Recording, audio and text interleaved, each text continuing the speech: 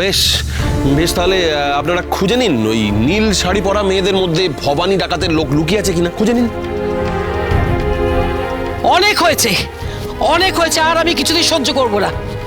দেখুন সাহেব, বাড়িতে একটা মেয়েদের অনুষ্ঠান চলছে, মহিলাদের অনুষ্ঠান, সেখানে আমি কিছুতেই এই বাইরের পুরুষদের আমি ভেতরে ঢুকতে দেবো না।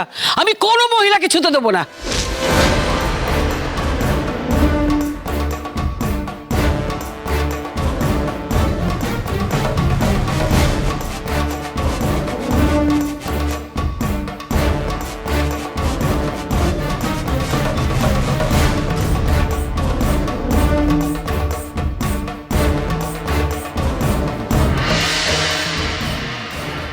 দুধটা কোথায় গো?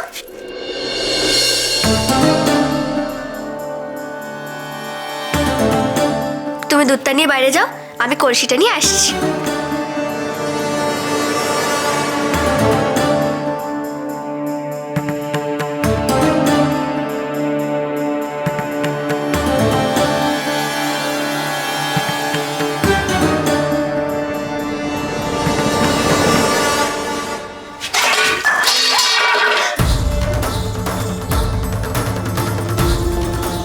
আরে আরে, হে বাবা, তুমি তো একেবারে ভেজে গেছো। দাঁড়াও, আমি তোমাকে একটা শুকনো কাপড় এনে দিই। এই অবস্থায় ভিজে কাপড় পরে থাকলে ঠান্ডা লেগে যাবে। তুমি দাঁড়াও, হ্যাঁ।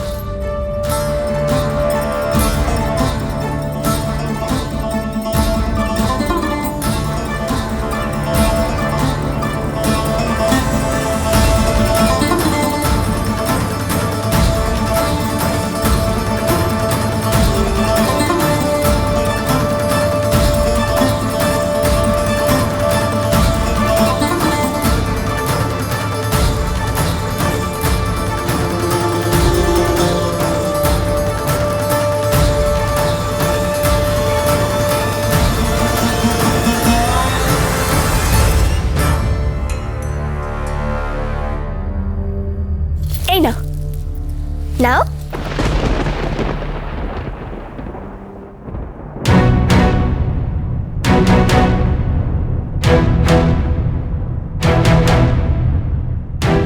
এ তো দামি শাড়ি। কিচ্ছু হবে না, পরে নাও এটা। তুমি ভিজে কাপড়ে থেকো না।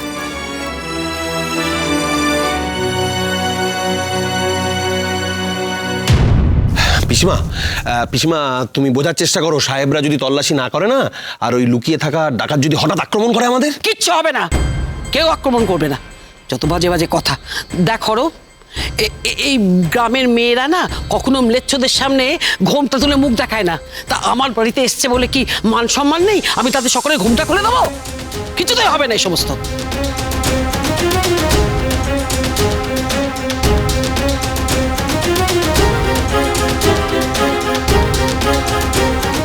তোমরা কিছুই বলবে না, অথচ তোমাদের হয়ে একজন বয়স্কা মানুষ কথা বলবে, প্রতিবাদ করবে। তোমরা কি মুখে কুলু পেটে এই অনাচার দেখবে? বাড়িতে চুপ থেকে স্বামীর কথা শোনো, ছেলের কথা শোনো, মুখ বুজে সব কথা শোনো। আর এখানে এই সাহেবরা যখন মুখ দেখতে চাইছে, তখন তোমরা কিচ্ছু বলবে না।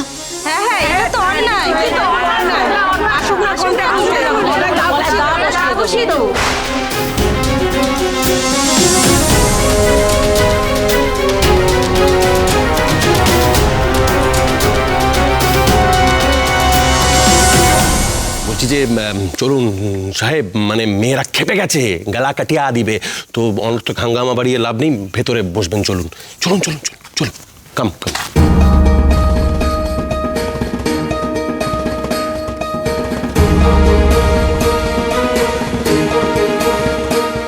পোড়াগুলো খেয়ে দে কোনো কাজ নেই, একটা আনন্দ বাড়ি, সেখানেও এসছে হুজ্জতি করতে। গলা কেটে দিতে হয় একেবারে।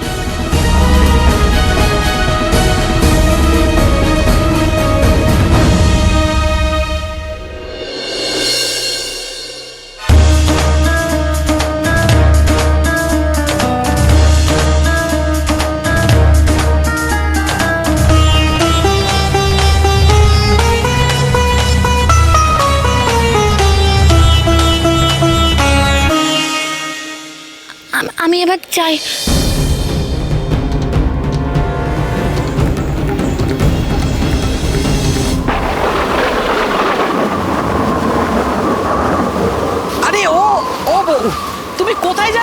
জলের রাতে। পাগল মেয়ে, এসো এসো এসো, এভাবে বাইরে যেতে নেই মা। এসো এসো এসো, ভেতরে এসো। ওরে বাবা রে, এসো এসো এসো এসো এসো এসো এসো এসো, দেখিনি। উফ, ও মা গো, এইভাবে কেউ চলে যায়? এসো এসো এসো। ঠিকই তো, ঝড় কমা অবধি আপনি অপেক্ষা করে যান।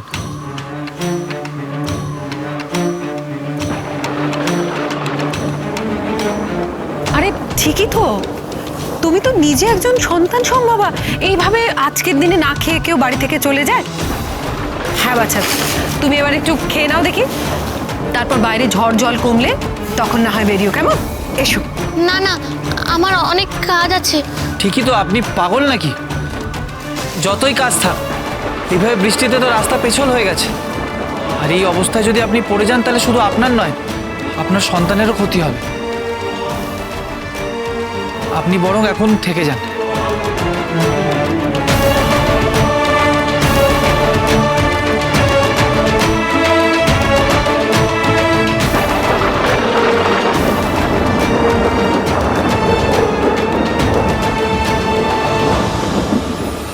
খুব বাঁচা বেঁচে গেছি আজ। এই সাহেব মাঝে মাঝে এমন কাণ্ড ঘটায় না, শেষে মেয়েদের হাতে মার খাওয়ার জোগাড় হয়েছিল, লজ্জার অ্যাক্সেস হয়ে যেত। সাহেবের আর কি দোষ বলুন?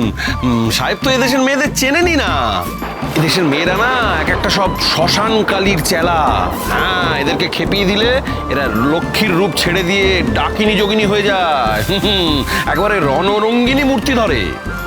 মিস্টার কাটিয়ার, আপনাকে যদি এই দেশ শাসন করতে হয় তাহলে এই দেশের মানুষদের মানসিকতা, তাদের কালচার জানতে হবে। এই দেশের মহিলারা পর্দা নাশে, আপনাদের ওই ইংল্যান্ডের মহিলাদের মতন পরপুরুষের সামনে মুখ দেখায় না। ওই ঘোমটাটা ওঠাতে গিয়েছিলেন, ব্যাস মহিলাদের খেপিয়ে দিলেন। ইয়েস ইয়েস, এই দেশের মেয়েদের খেপিয়ে দিলে না মানে একদম সাংঘাতিক হয়ে যায় তারা। কখন যে কি করে বসবে কেউ জানে না।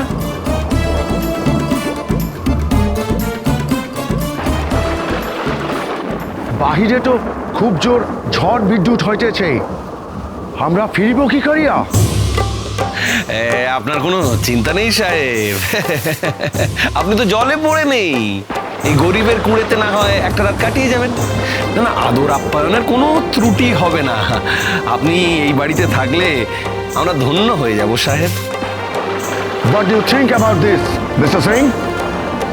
আমার কোনো আপত্তি নেই, বাইরে যা দুর্যোগ না বেরোনোই ভালো। বলা তো যায় না কোথায় কি বিপদ লুকিয়ে আছে, সাবধানের মান নেই, থেকে যাওয়াই ভালো।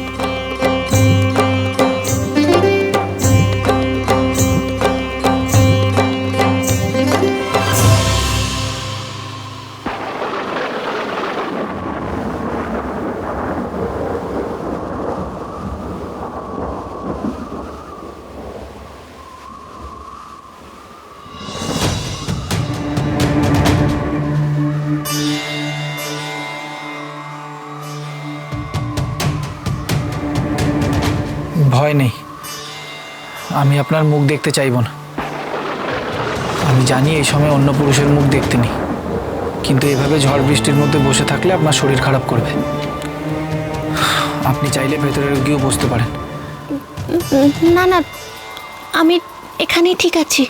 বেশ, তাহলে এটা রাখুন, নাহলে ঠান্ডা লাগবে। এসবের কোনো প্রয়োজন নেই। আমি আপনার জন্য দিচ্ছি না, আপনার গর্ভের সন্তানের সাবধানতার জন্য দিচ্ছি।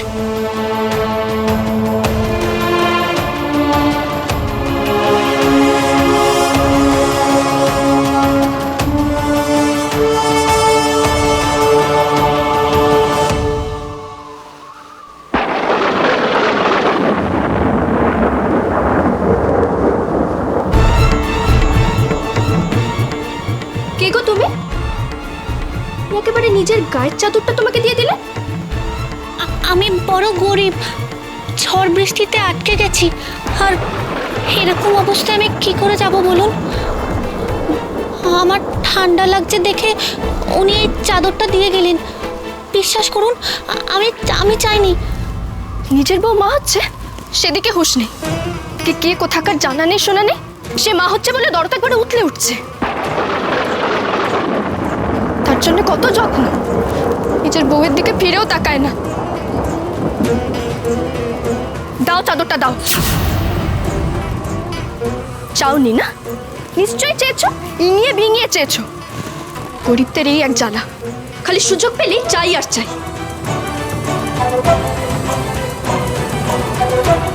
কি করছো কি মেস দিদি? তুমি কি পাগল হয়ে গেছো? যাও ঘরে যাও, এই অবস্থা তো রাগারাগি করা ঠিক নয়। যাও ঘরে গিয়ে বিশ্রাম নাও। বিশ্রামের আমার কোনো দরকার নেই।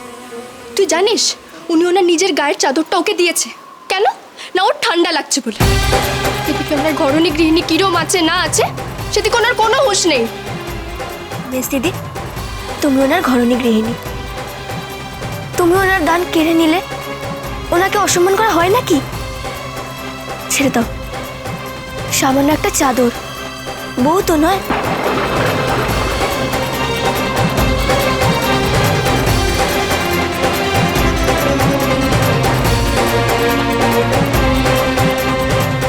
ঠিক আছে, কিন্তু এই মেয়ের মুখ আমি আর দেখতে চাই না। তুই এক্ষুনি ওকে বাড়ি থেকে চলে যেতে বল।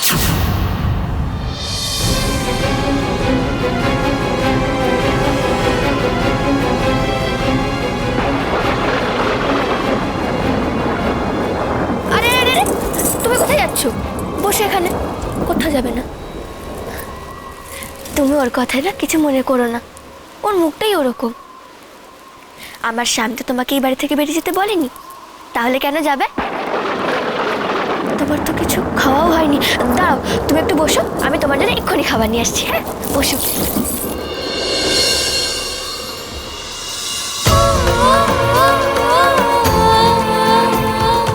কিন্তু এভাবে ঝড় বৃষ্টির মধ্যে বসে থাকলে আপনার শরীর খারাপ করবে। তাহলে এটা রাখুন। কে গো তুমি? একেবারে নিজের গায়ের চাদরটা তোমাকে দিয়ে দিলে।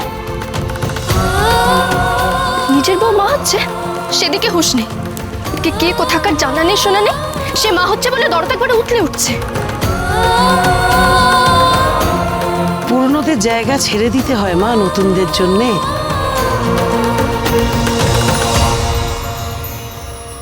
এই নাও,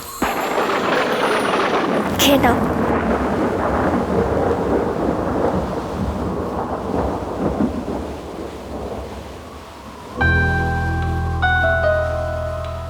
প্রথমে এইভাবে ভাত দিয়ে তার পাশে নুন আর লেবু দিবি, তারপরে একে একে বাটিতে ডাল, তরকারি, মাছ এইসব চারপাশে সাজিয়ে দিবি।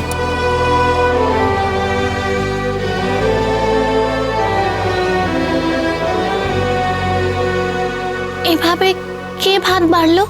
আমি বেড়েছি। কেন? খুব সুন্দর বাড়া হয়েছে।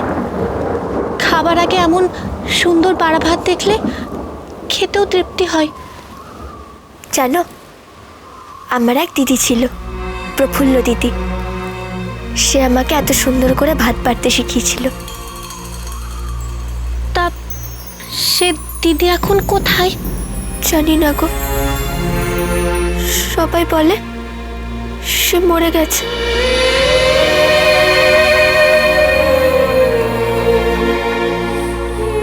জানি না সত্যি কি মিথ্যে, তাকে খুব দেখতে ইচ্ছে করে আমার।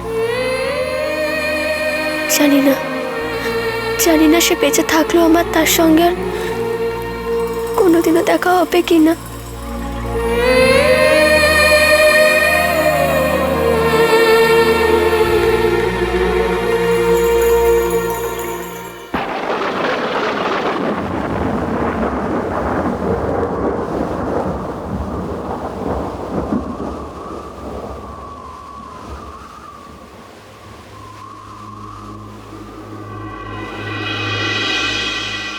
আপনার কোনো অসুবিধা হচ্ছে না তো?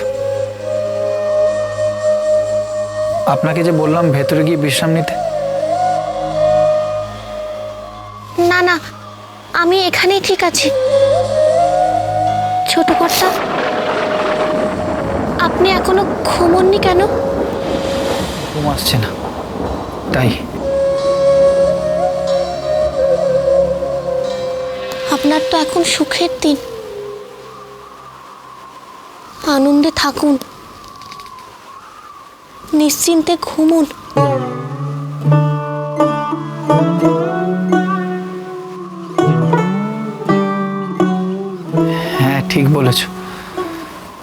সত্যি বড় আনন্দের দিন আমার। আমি তো তাই চাই, আপনি আনন্দ থাকুন, সুখে থাকুন। আমি যে কত আনন্দে আছি তা তো তুমি জানো না। ওকে হাসি ফুটিয়ে রাখতে হয়।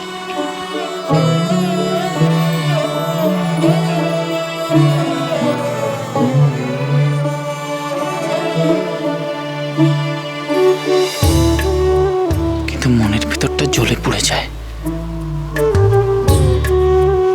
আপনার ঘরণী গৃহিণী মা হতে চলেছেন, দেখবেন ওই সন্তানই আপনাদের স্বামী স্ত্রীর বন্ধন আরো শক্ত করবে।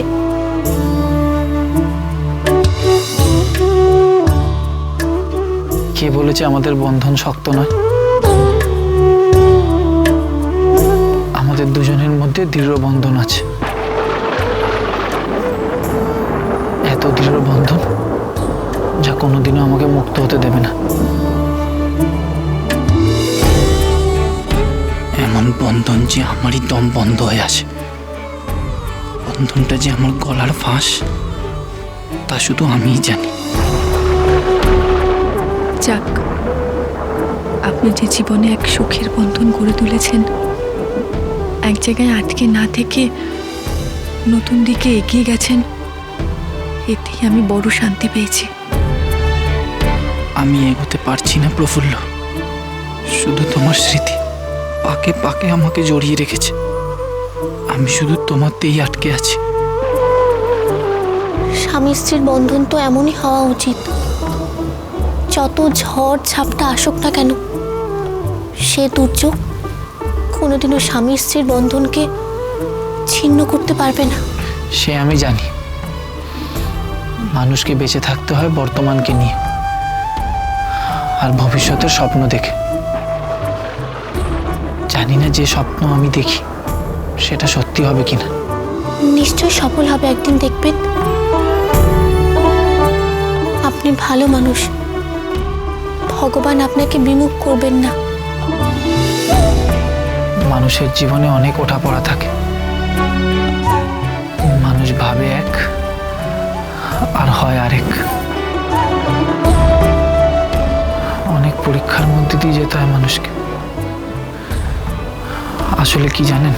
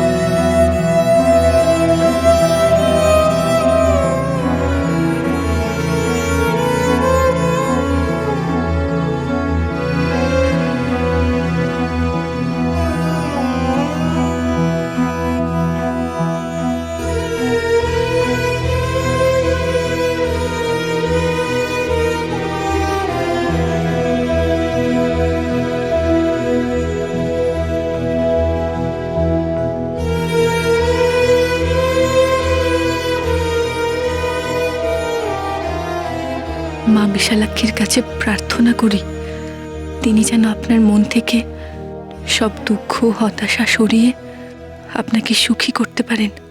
আমি তো এই জীবনে দুঃখ ছাড়া আর কিছুই দিতে পারলাম না। প্রার্থনা করি আপনার সন্তান যেন আপনার সব দুঃখ কষ্ট ভুলিয়ে দেয়। আমি আজীবন এই আংটিটাকেই স্মৃতি হিসেবে কাছে রেখে দেব, আর আপনার ভালোবাসা সুখ স্মৃতি বয়ে বেড়াবো আমার মনে। সেটুকুতেই আমার পরম পাওয়া।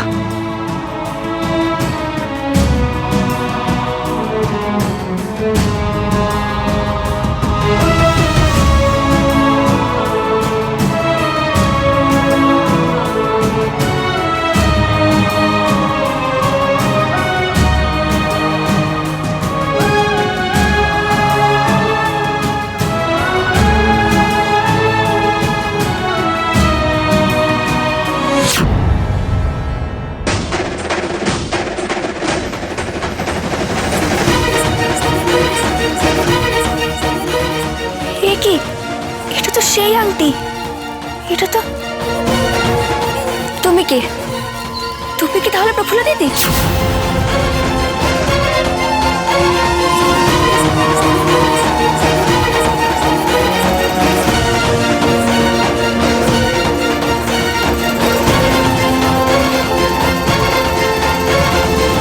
এই আংটি তোমার কাছে কি করে এলো? আমি এই পাশের গায়ে থাকি। তুমি নিজের মুখ দেখাচ্ছ না কেন তাহলে?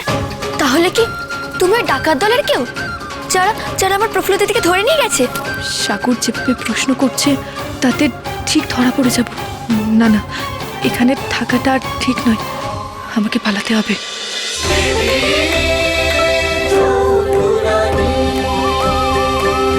cholo, cholo, cholo, cholo, palta.